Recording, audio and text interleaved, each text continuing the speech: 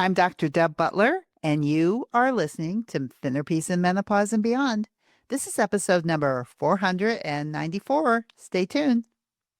Well, hello, all my dear friends all over the world. You can see me on YouTube or you can just hear me on my podcast, whichever one you want. But it's good to see you. So if you're wanting to see me, go to Dr. Deb Butler on YouTube. There I am. Hi. Anyway, I have something. Well, I always say this, but I have something that I want to talk to you about today that maybe you haven't thought about in a while. And for those of you who've been listening to this podcast for a while, you might know that I'm very much into Buddhist psychology and meditation and Buddhism and philosophy. And I follow a lot of those teachers. And I'm also into Zen Buddhism too.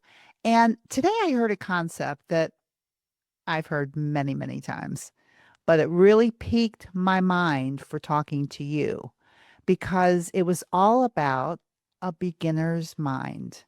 And if you're wondering where you are in your thinner peace journey, I just want you to know that as I talk about this, I've created a quiz and I'm going to talk about it a little bit later, but it has everything to do with what I'm talking about now.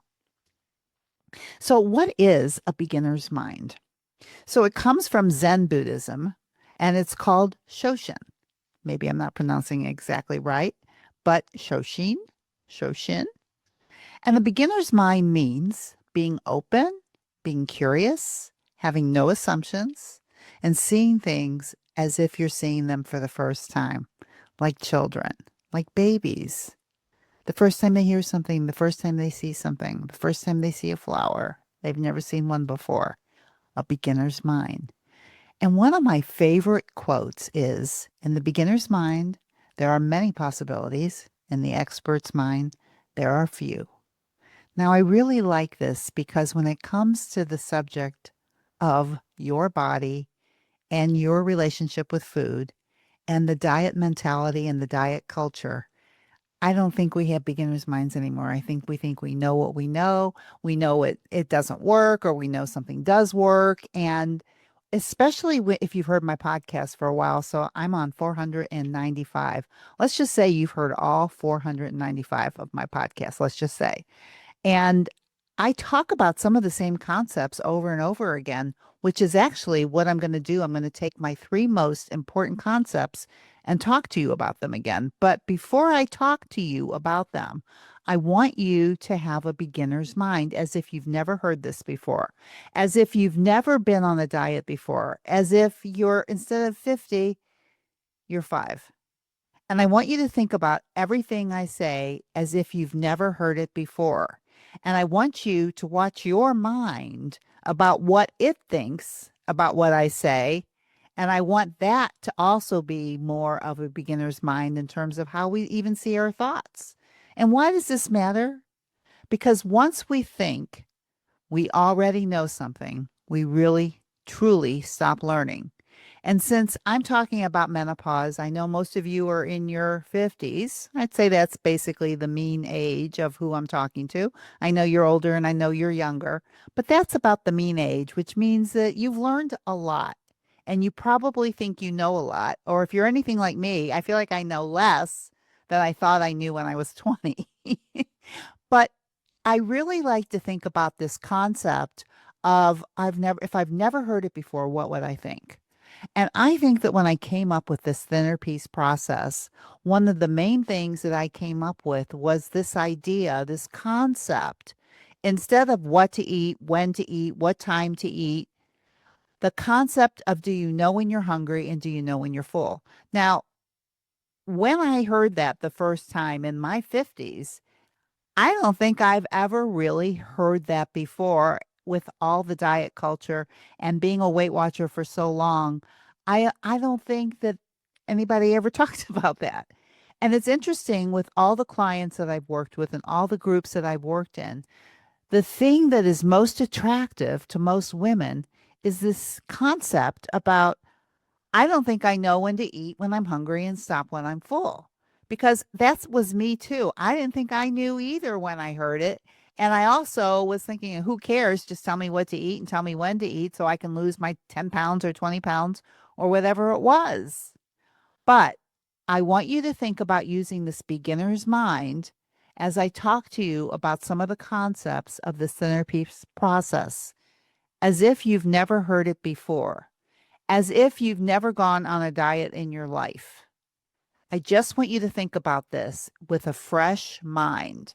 And then we'll talk about in the end about a quiz that you can take that might help formalize all of this and conceptualize it for you and give you one thing that you can do that might be an obstacle for you for eating when you're hungry and stopping when you're full. Because a lot of people, once they hear it, they realize they don't do it or they can't do it. So, what is in the way of that happening? I created a very, very simple quiz that'll help you know what your obstacle is so that you can go back to this idea of having peace with food, where food is just food, where when you're hungry, you eat and you stop when you're full and you eat mostly fuel food because it's what your body wants and it's what you want in order to feel good because we all want to feel good. We all do. Even when we eat, when we're not hungry, we think we're doing it to feel good, when in reality, how we feel our best is listening to our own body cues and knowing what hunger is and fullness at the most simplest, whisperest levels. So, the first concept that I want to talk about is your physical hunger scale. Do I talk about that a lot? Yes. 495 episodes. I probably mention it every single time. Every time somebody wants to hire me or comes into a group, that's the first thing that they say they want to learn. It's the first thing they know they don't know how to do. So, the physical hunger scale in a simple way in a beginner's mind is, what new signals can I notice today that will alert me to what my hunger is and to what my fullness is? And the physical hunger scale is made in a graph, like if you can imagine it in your head, from a -10, which is starving, to a +10, which is full. And I always mention the idea of eating between the twos, which is a -2 to eat and a +2 to stop. Now, you could eat to a +8 too, and maybe that's what you call full. But what I start wanting you to do is to train your mind when connecting to your body about what these whispers of hunger and fullness feel like and to start attending to them on a regular basis. You can start today with just knowing, what could those signals be if I never thought about it before? What does my body feel like when it's that -2? What does my body feel like when it's a +2? As if you've never felt it before, having a beginner's mind. So once you start understanding your physical hunger scale, how many times have I talked about this? A lot. Then if you're eating when you're not hungry and you know that you're full and you're still eating, then we get into the land of the emotional hunger scale, or what we call emotional holes. So you might think you know, or you might even think you are an emotional eater. But a beginner's mind says, what feeling am I trying to feed right now? Now, for some people, that can be really difficult, but it always starts with the awareness that you're feeding a feeling, anything. If you're not hungry and you know you're not physically hungry because you understand the physical hunger scale enough, you're in the emotional hunger territory. And if you can't name the emotion, you can at least name how strong that hole is to fill it. So the emotional hunger scale goes from a -10 to a +10. All your big positive emotions are the pluses, and all your negative emotions are the negatives, from 0 to a -10.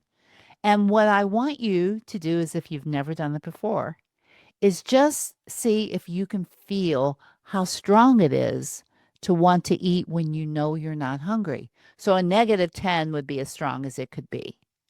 And a -1 would be very, very light.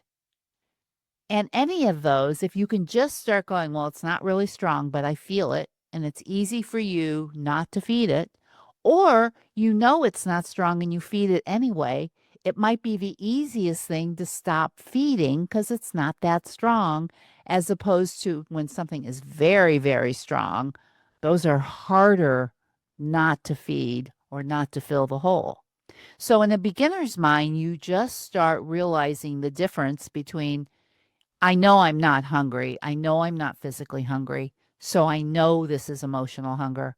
I may not know the emotion, but I know that I'm feeling a feeling with food when I'm not hungry. And at least you know that's called the emotional eating or emotional hunger scale. And just address it as if you've never, ever felt it before and never even knew what it was. Like, oh my gosh, that's what emotional eating is. Or, oh my gosh, that's exactly what my physical hunger feels like. That's a negative too. Oh my gosh, as if it's never happened before. Beginner's mind. And then I talk about the four different types of eating. So we have fuel eating, joy eating, fog eating, and storm eating. I'm sure you've heard me talk about these before. Or let's say this is your very, very first podcast and you've never heard me talk about this before. You can always go back to my first 5 episodes and listen to what the four types of eating are. Even though I'm going to explain it to you now. But if you want more information, you can always get more. But the reason that we want to eat, the main reason is because we want to give our body nutrition. We want to give our body fuel because that's how we exist in the world. And when we give ourselves quality food or quality fuel or nutritious food, most of us know that's when we feel our best, even though emotional eating can come in and we may want something that is not fuel eating. We know it won't make us feel our best, but we also know that either we want it or we want to enjoy the taste of it. So I've made room for both of these types of eating, which is what I call joy eating and fuel eating. And fuel eating is basically nutritious food for your body to fill up to eat between the twos. But listen, I realize that you're not only going to want to eat fuel food. I know that sometimes you're going to want to eat a food that has no nutritious value if you're anything like me and you've been on diets your whole life and you think you can't eat them, then when you do eat them, you can't even enjoy them. And this thinner piece process that I've created and you having a beginner's mind, I want you to think that you've always had the right to be able to eat whatever you want and have a body that looks the way that you want it to look. And it's just because of the culture and the way that we've all been raised that that seems foreign. But in a beginner's mind, I want you to believe that you can eat whatever you want, no matter what you've been thinking up until now. I want you to think that I can eat whatever I want. It's just what do I want? So there's fuel eating, and I want you to think that you would want to eat that most of the time because of the benefits of doing that. But I also want you to know that joy eating is a non nutritious food, and the only reason you eat it is because it's enjoyable. But there is a caveat or a rule to that joy eat, which is you eat it bite by bite and you stop the minute you're through enjoying it. And that is a true joy eat because it's not going to do anything for your body. So you don't really want to fill up with it. You want to enjoy it. And the minute that you go, that really hit the spot. Have you ever said that? That hit the spot. It doesn't take long to hit it once you're really paying attention. So you can stop. And then you can feel like I can eat whatever I want. It's just what do I want? And can I enjoy a food that has no nutritious value and stop the minute I'm through enjoying it? I think if you do my thinner piece process and find out more about it, you can learn how to do that. And that's part of the quiz that I'm going to talk about in a little bit that you can take so that you can find out more how to do it or what the obstacle is for you to do it. And the third kind of eating is fog eating. So, fuel eating is picking nutritious food most of the time. Joy eating is non nutritious food that you eat only because you enjoy it. So, it's your cakes, your cookies, your chips, all of that stuff. Most people do not think that's fuel food for them. It is a joy food and it is totally doable. It's not restricted. You can eat it, but can you eat it just to enjoyment and stop the minute you're done? That's the practice and that's the art of a joy eat. Now, a fog eat is when you're either fuel eating or joy eating, and you either eat beyond enjoyment or you eat beyond a plus two. Either way, you overeat or you overenjoy, and it now becomes a joy fog or fuel fog in the most simplest terms. And you can learn more about this when I talk to you about the quiz.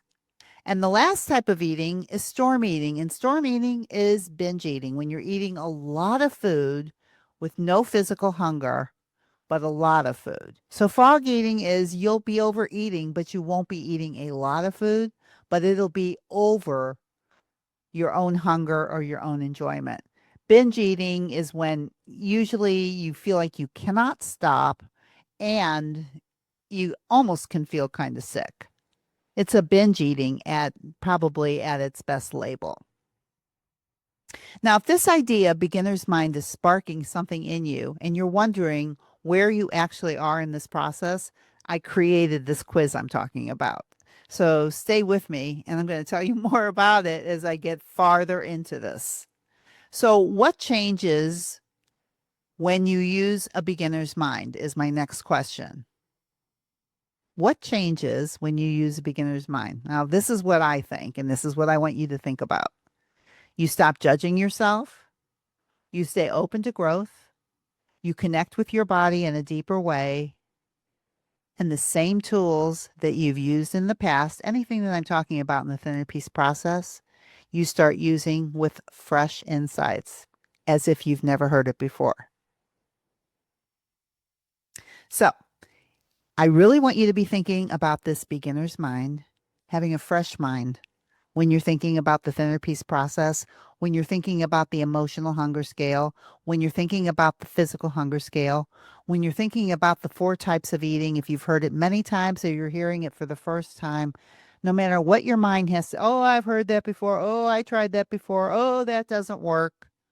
A beginner's mind is more like wonder and curiosity. That's what I want you to think about.